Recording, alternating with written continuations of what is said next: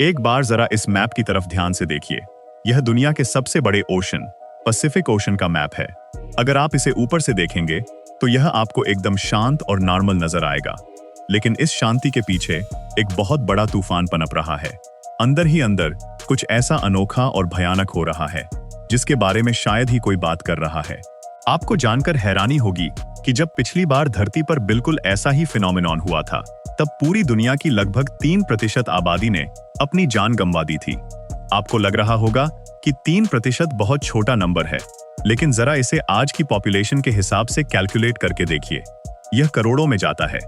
और अगर हम सिर्फ इंडिया की बात करें तो उस समय भारत में लगभग 82 लाख लोगों ने अपनी जान गंवाई थी।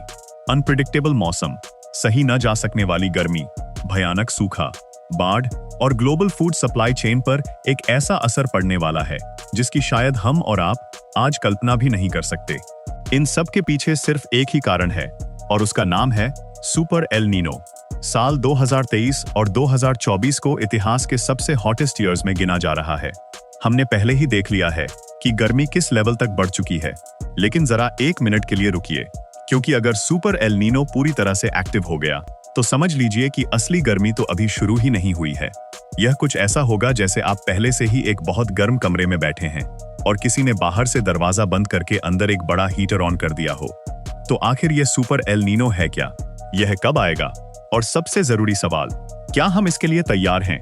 एल नीनो आखिर है क्या? आसान भाषा में समझिए। सुपर एल नीनो को समझने से पहले हमें यह समझना होगा कि नॉर्मल एल नीनो क्या होता है।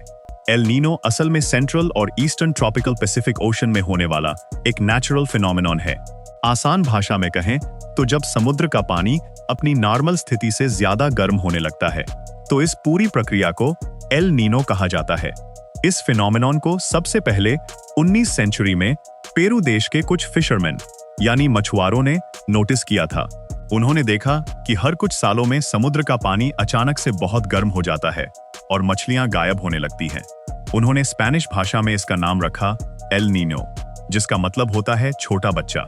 लेकिन नाम पर मत जाइए, क्योंकि यह छोटा बच्चा जब अपना असर दिखाता है तो पूरी दुनिया के क्लाइमेट सिस्टम को हिलाकर रख देता है।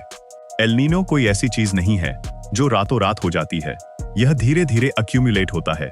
इसे समझने के लिए आपको हवा के डायरेक्शन यानी विंड पैटर्न को समझना होगा। नॉर्मल कंडीशन में पैसिफिक ओशन के ऊपर बहने वाली हवाएं, जिन्हें ट्रेड विंड्स कहा जाता है, ईस्ट से वेस्ट की तरफ बहती हैं।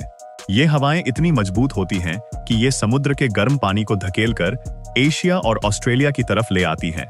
इसी गर्म पानी की वजह से एशिया में अच्छा मॉनसून आता है और बारिश होती है। वहीं दूसरी तरफ अमेरिका के कोस्ट पर नीचे से ठंडा पानी ऊपर आ जाता है। लेकिन एल नीनो के दौरान यह पूरा सिस्टम बिगड़ जाता है। ये हवाएं या तो बहुत कमजोर हो जाती हैं या रुक जाती हैं। इसका रिजल्ट यह होता है कि एशिया की तरफ इकट्ठा हुआ गर्म पानी वापस अमेरिका की तरफ बहने लगता है। ठंडा पानी ऊपर नहीं आ पाता और समुद्र लगातार और ज्यादा गर्म होता चला जाता है। यही वो कंडीशन है जिसे हम एल नीनो कहते हैं, जो हर 2 से 7 साल के बीच आता है। यह एक बहुत ही कॉमन पैटर्न है जो 9 से 12 महीने तक चलता है। सुपर एल नीनो जब गर्मी सारी हदें पार कर देती है। अब आप सोच रहे होंगे कि अगर एल नीनो इतना ही कॉमन है और हमेशा आता रहता है तो हम इस बार इतने डरे हुए क्यों हैं? हम पैनिक क्यों कर रहे हैं? इसका सीधा सा जवाब यह है कि इस बार जो आ रहा है वह सिर्फ एल नीनो नहीं है, बल्कि वह सुपर एल नीनो है। अब यह सुपर एल नीनो क्या होता है? इन दोनों के बीच का मेन डिफरेंस है समुद्र के पानी का टेम्परेचर। नॉर्मल एल नीनो में समुद्र का पानी अपने एवरेज टेम्परेचर से 1 से 1.5 डिग्री सेल्सियस तक ज्यादा गर्म होता है। लेकिन जब यह टेम्परेचर 2 डिग्री सेल्सियस के मार्क को पार कर जाता है तब हम इसे सुपर एल नीनो कहते हैं। और यही वह पॉइंट है जहां खतरा कई गुना बढ़ जाता है। वर्ल्ड मीटेरोलॉजिकल ऑर्गेनाइजेशन WMO की ताजा रिपोर्ट्स और प्रिडिक्शंस के अनुसार आने वाले समय में एल नीनो एक सुपर एल नीनो में बदल सकता है। पिछले 30 सालों के डेटा को देखें तो टोटल 8 बार एल नीनो के इवेंट्स हुए हैं, लेकिन उनमें से सिर्फ 2 बार ही सुपर एल नीनो आया था। एक 1997-98 में और दूसरा 2015-16 में। 2015-16 का साल हम में से बहुत से लोगों को याद होगा, जब भयानक गर्मी पड़ी थी, भयंकर सूखा आया था और कई देशों में पानी की भारी किल्लत हो गई थी। लेकिन एक्सपर्ट्स का मानना है कि इस बार जो सुपर एल नीनो बन रहा है वह पिछले 140 सालों के इतिहास का सबसे बड़ा और स्ट्रॉन्गेस्ट इवेंट हो सकता है। यह कोई छोटी बात नहीं है। यह दुनिया भर के वेदर सिस्टम को पूरी तरह से पलट कर रख देगा। कहीं पर इतनी ज्यादा बारिश होगी कि भयंकर बाढ़ आ जाएगी और कहीं पर एक बूंद पानी नहीं बरसेगा, जिससे भयानक सूखा पड़ जाएगा। जब सुपर एल नीनो की वजह से बारिश कम होगी तो सबसे ज्यादा नुकसान धान, राइस और गन्ने जैसी फसलों को होगा, जिन्हें बहुत ज्यादा पानी की जरूरत होती है। इसके अलावा मक्का, सब्जियां और अन्य फसलों पर भी असर पड़ेगा। भयंकर गर्मी की वजह से खेतों में इंसेक्ट आउटब्रेक यानी कीड़ों का हमला भी बढ़ जाता है, जो बची हुई फसल को नष्ट कर देते हैं। जब फसलें सूखने लगेंगी तो प्रोडक्शन कम हो जाएगा। और इकोनॉमिक्स का एक बहुत ही बेसिक रूल है, जब सप्लाई कम होती है और डिमांड ज्यादा होती है तो प्राइसेस आसमान छूने लगते हैं। भारत में जब प्रोडक्शन कम होगा तो खाने पीने की चीजों के दाम बहुत तेजी से बढ़ेंगे। कई बार ऐसी सिचुएशन में फूड सिक्योरिटी को बनाए रखने के लिए सरकार को एक्सपोर्ट्स पर बैन लगाना पड़ता है। जब इंडिया जैसा बड़ा देश जो पूरी दुनिया को अनाज एक्सपोर्ट करता है, अगर वह एक्सपोर्ट बैन कर दे तो ग्लोबल मार्केट में हड़कंप मच जाता है।